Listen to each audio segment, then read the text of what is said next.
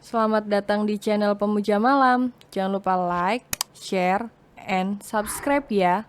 Terima kasih.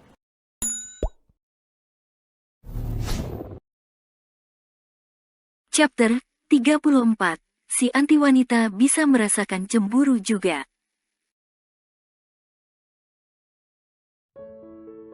Arfian tersenyum, dia meraih istrinya dalam pelukannya. Bersyukur, Aluna tak menolak. Justru dia menenggelamkan wajahnya di dada sang suami. Menumpahkan segala tangis dan rasa penyesalannya, Arfian pun mengelus bahu istrinya dengan lembut. Dia mengerti apa yang dirasakan istrinya saat ini.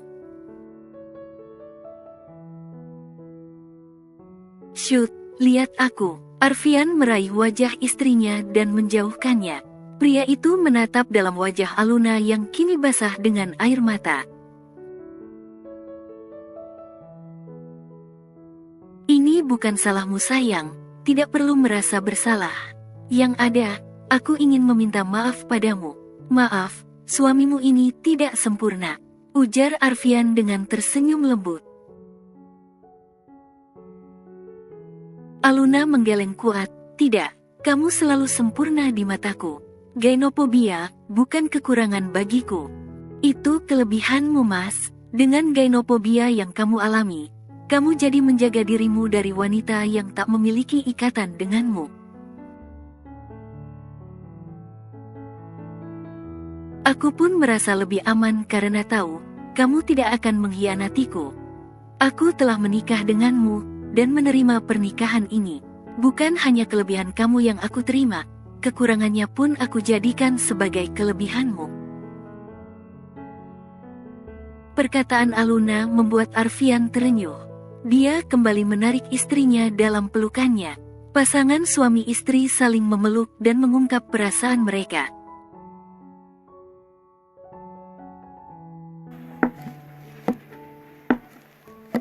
Ada bel 0,0 nanogram tua, tebal pecona, Cukana. Hi, kenapa Cukana peluk sayangku? Arega tiba datang dan berlari ke arah Arfian dan Aluna yang masih saling berpelukan. Arfian melepas pelukan mereka. Dia menghela nafas kasar saat dirinya teringat jika dia belum mengunci pintu. Arega meminta Aluna untuk memangkunya. Matanya menatap tajam ke arah Arfian yang sedang melototinya. Sayangku, lihat, Om Pian mau malahin lega. Aduh Arega, sudah mas, berangkat saja. Sudah hampir siang, usul Aluna. Arfian terdiam, dia teringat jika adiknya belum bisa berangkat ke kantor. Yang mana? Pastinya Aluna dan Nalendra akan berdua saja. Pria itu pun menunjukkan raut wajah khawatirnya. Bukan Arfian tak percaya, dia hanya merasa takut saja. Sayang, gimana kalau kamu ikut aku ke kantor? Ajak Arfian. Hah, Aluna mengerjapkan matanya. Ini kali pertama Arfian mengajaknya ke kantornya. Tumben, ada apa? Bingung Aluna. Ya, aku mau ditemenin aja. Boleh, Aluna terdiam. Dia memikirkan alasan mengapa Arfian ingin mengajaknya ke kantor. Tak lama, Aluna mengerti apa yang suaminya itu khawatirkan. Dia pun tersenyum dan menyentuh tangan suaminya dengan lembut. Kenapa? Cemburu ya? Tenang aja, aku tidak akan berpaling, ujar Aluna. Bukan itu, aku cemburu, cicit Arfian dengan mengalihkan pandangannya dari sang istri. Aluna menahan tawanya, dia melipat bibirnya ke dalam agar tak menyemburkan tawa kerasnya. Melihat itu, pipi Arfian memerah. Jangan meledekku, kesal Arfian. Siapa yang meledek? Aku hanya mengamatimu saja. Seorang Arfian Sagara si anti wanita bisa merasakan cemburu juga. Aku pikir, aku yang lebih dulu jatuh cinta. Ternyata, malah kamu, sahut Aluna. Arfian hanya diam. Melihat itu Aluna pun mengiyakannya agar tak menyakiti perasaan sang suami. Oke, aku ikut, tapi kita antar Arega dulu ya, ujar Aluna yang mana membuat senyum Arfian mengembang. Arfian dan Aluna pun akhirnya memutuskan untuk berangkat mengantar Arega sebelum ke kantor. Ketiganya dengan senyum mengembang memasuki mobil yang sudah siap di depan. Setelah mobil itu berjalan, terlihat seorang pria yang sejak tadi melihat keharmonisan mereka. Dia adalah Nalendra. Pria itu mengamati kebahagiaan sang kakak dari jendela kamarnya. Jika kamu masih hidup, mungkin keluarga kita akan sebahagia itu Divya. Kenapa? Kenapa kamu pergi? Aku masih belum terima kepergianmu. Rasanya, sulit untuk merelakan. Sulit Divya, lirih Nalendra. Air mata pria itu jatuh, bayangannya bersama Divya kembali menghantui pikirannya. Wanita cantik dengan segala ekspresi yang membuat Nalendra jatuh hati padanya. Wanita dengan segala kelembutannya dan keceriaannya mampu membuka hati Nalendra. Kamu mau menikahiku? Tapi aku bukan berasal dari keluarga kaya. Keluargaku juga bukan keluarga yang baik. Lebih baik kamu mencari wanita yang sepadan denganmu. Aku kan cintanya sama kamu, bukan keluargamu. Jadi, aku tidak peduli tentang itu. Divya, air mata Nalendra kembali jatuh. Lirihan nama Divya masih sering dia ucapkan di bibirnya. Di saat pria itu asik mengingat masa lalunya, tiba suara seruan yang sangat nyaring membuatnya terkejut.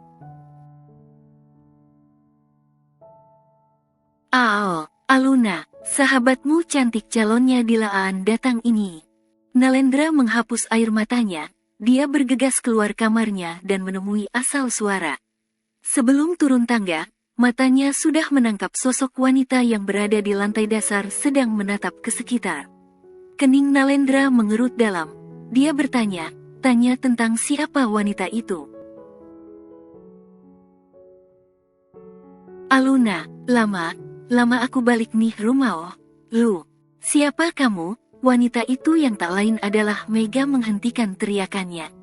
Dia menatap sosok pria tampan yang berada di ujung tangga. Melihat itu, Mega membulatkan matanya. Ganti suami lagi jangan si Aluna. Lirihnya pada sosok Nalendra yang berjalan mendekatinya. Di kantor Arfian, Aluna tampak bosan dengan suasana di sana. Dia hanya melihat Arfian bekerja dan juga memainkan ponselnya. Wanita itu tak bisa kemanapun, karena Arfian melarangnya. Matanya pun melirik ke arah Arfian yang sedang menelpon seseorang. Suruh dia masuk, pinta Arfian. Tak lama, pintu ruangan Arfian terbuka. Terlihat, seorang pria paruh baya dengan memakai kacamata memasuki ruangan Arfian. Melihat itu, sontak Aluna berdiri dengan tatapan tak percaya. Pria paruh baya itu berjalan mendekati Arfian dengan senyum mengembang. Dia melewati Aluna yang masih menatap ke arahnya. Tuan Hans, selamat datang di perusahaan Sagara Group, ujar Arfian seraya berjabat tangan dengan pria paruh baya itu. Aluna menghampirinya, dia berdiri di sebelah pria paruh baya itu dengan pandangannya yang tak lepas darinya. Matanya berkaca-kaca, rasa rindu memuncak dalam hatinya. Terima kasih Tuan, Anda. Papa, seru Aluna yang mana membuat kedua pria berbeda usia itu menoleh. Aluna, pekik Hans dengan tatapan tak percaya. Aluna memeluk Hans, begitupun dengan Hans. Bagaimanapun juga, Aluna pernah menjadi putri serta menantunya. Rasa sayangnya pada Aluna sudah seperti rasa sayangnya pada anak kandungnya. Begitupun dengan Aluna, dia sangat merindukan sosok pengganti ayah dalam hidupnya. Sedangkan Arfian, dia menatap bingung ke arah mereka berdua. Papa mana lagi ini?" gumam Arfian. Pelukan Aluna dan Hans terlepas. Keduanya saling menatap dengan mata berkaca-kaca. Hans melepas sejenak kacamatanya guna menghapus air matanya yang sempat turun. Pria paruh baya itu tak menyangka akan kembali bertemu dengan Aluna di sini. Setelah kembali memakai kacamatanya, Hans pun bertanya pada Aluna, "Apa yang kamu lakukan di sini?" tanya Hans. "Ini kantor suami Aluna, Pak, dan ini Mas Arfian, suami Aluna," ujar Aluna memperkenalkan Arfian. Tatapan Hans beralih pada Arfian. Dia terlihat terkejut atas penuturan wanita di hadapannya. Aluna pun menjelaskan pada Arfian jika Hans adalah mantan mertuanya. Mengetahui hal itu, Arfian melempar senyumnya pada Hans.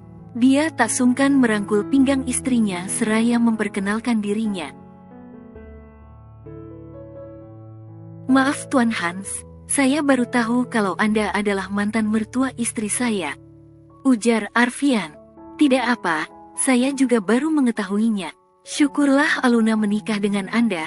Saya tahu bagaimana Anda, Tuan Arfian," ujar Hans dengan memuji pria di hadapannya.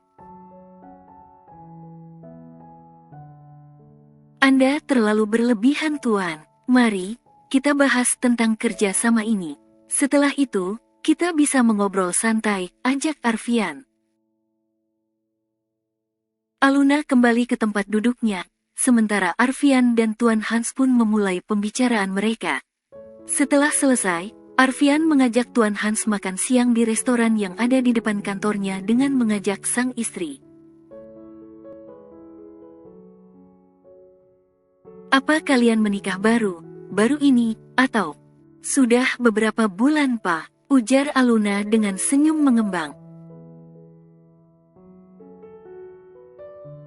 Hans menganggukkan kepalanya. Rasanya dia gugup saat ini karena duduk bersebelahan dengan Arfian. Tentunya, Hans tahu rumor yang beredar tentang Arfian. Tak menyangka, justru pria yang disangkanya tak normal itu malah menikah dengan mantan menantunya. Selama dirinya mengenal Arfian, Hans tak mendapati rumor apapun selain rumor hoaks itu. Makanya, dia percaya jika Aluna menikah dengan Arfian. "Sayang, mau pesan apa?" tanya Arfian seraya membuka menu. "Apa saja," jawab Aluna dan kembali mengajak Hans mengobrol. "Pa, bagaimana keadaan Mama? Maaf, aku belum menjenguk kalian." Kami tahu nak, kami tahu kamu takut bertemu dengan Effendi. Tak apa, semuanya memang salah putra kami. Tapi, Papa mohon, anggap kami sebagai orang tuamu, karena bagaimanapun, sebelum kamu menikah dengan Effendi, kamu adalah putri kami," ujar Hans dengan mata berkaca-kaca. Aluna mengangguk, dia menatap ke arah sosok pria paruh baya yang pernah berjasa dalam hidupnya. Selama menjadi menantunya, Aluna benar-benar diperlakukan seperti putri kandung mertuanya. Bahkan, seringkali Effendi mendapat amarah dari Hans karena memperlakukannya dengan buruk. "Maaf, kalau saat itu aku tidak bisa menjaga cucu Papa dan Mama. Padahal, kalian sangat antusias menyambutnya lahir ke dunia," lirih Aluna. Hans menggeleng, "Tidak, itu bukan salahmu. Semuanya salah Effendi, dia tak becus jadi suami. Entahlah, Papa sendiri bingung. Bagaimana bisa kami memiliki anak seperti itu? Mungkin, karena sejak kecil kami meninggalkannya dengan pengasuh. Jadi, kami tidak mendidik dirinya dengan benar. Terang Hans. Setelah makanan datang, mereka menghentikan obrolan sejenak. Arfian ternyata memesankan steak daging untuk istrinya, persis seperti miliknya. Aluna menatapnya sejenak, dia merasa tak berselera memakan steak itu. Matanya pun beralih menatap ke arah Arfian yang sedang memotong daging miliknya. Mas, aku tidak mau steak, celetuk Aluna. Arfian dan Hans menghentikan kegiatan mereka, keduanya pun beralih menatap ke arah Aluna dengan tatapan bingung. Loh, katanya kamu bilang terserah, protes Arfian. Ya pokoknya terserah, tapi aku gak mau steak, ujar Aluna dengan tatapan kesal. Arfian mengerutkan keningnya heran. Dia menatap steak milik Aluna yang belum tersentuh sama sekali. Pria itu pun akhirnya kembali memesan menu lain. Datanglah lobster saus padang, di mana itu tampak menggiurkan. Namun, tidak bagi Aluna. Aku juga tidak mau ini, cicit Aluna. Kamu lagi pengen makan apa? Tanya Arfian dengan tatapan pasrah. Terserah, jawab Aluna dengan suara lirih. Hans menahan tawanya, dia menatap Aluna yang sedang memasang raut wajah yang melas. Papa jadi teringat saat kamu hamil dulu. Saat itu, perkataan Hans membuat Aluna terdiam. Apa mungkin kamu mengidam? Sama seperti waktu itu? Ya Aluna, coba kamu ke rumah sakit dan periksa. Saat kamu hamil dulu, bukankah kamu jadi pemilih dengan makanan? Perkataan Hans membuat Arfian pun tampak antusias.